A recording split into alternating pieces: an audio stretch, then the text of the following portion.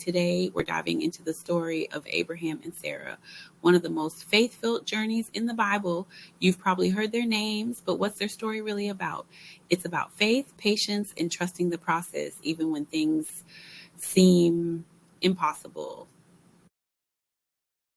Let's rewind to the beginning. Abraham, originally named Abram, and his wife Sarah, formerly Sarai, were living comfortably in Haran. They had land, wealth, and stability, but one thing was missing. They didn't have any kids, and back then, having children was everything. By now, Abraham and Sarah were getting old, and the dream of having a family seemed pretty far off. Then, out of nowhere, God shows up and tells Abraham, leave everything behind, your home, your country, and go to a land I'll show you. I'm going to make you a great nation, and through you, the whole world will be blessed. Imagine being told to leave your comfort zone for something you can't even see yet. But Abraham trusted God and took off, leaving everything familiar behind at 75 years old. Abraham and Sarah's journey wasn't exactly a straight path. One major hiccup came when they went to Egypt, and Abraham was scared Pharaoh would take Sarah because she was so beautiful. So he told her to say she was his sister, not their best move. Pharaoh did take her into his palace, but God sent plagues on Pharaoh until he figured out the truth. Sarah was returned to Abraham, and they continued their journey. Years passed and still no child. Abraham and Sarah started to wonder, is this really going to happen?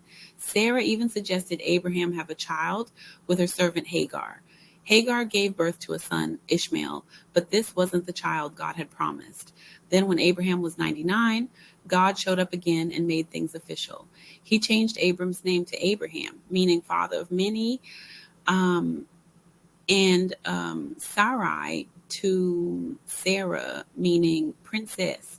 And here's the kicker. God told them Sarah was going to have a baby.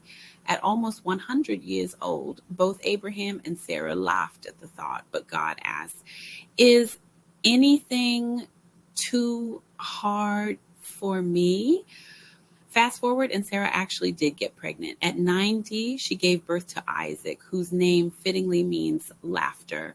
Their disbelief turned into joy as God's promise finally came true.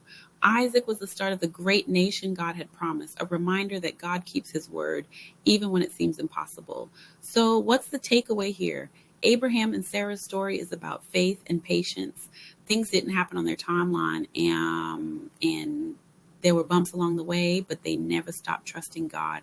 Their journey shows us that even when we can't see how things will work out, we can trust that God's plans are bigger than our doubts or delays. Thanks for tuning in.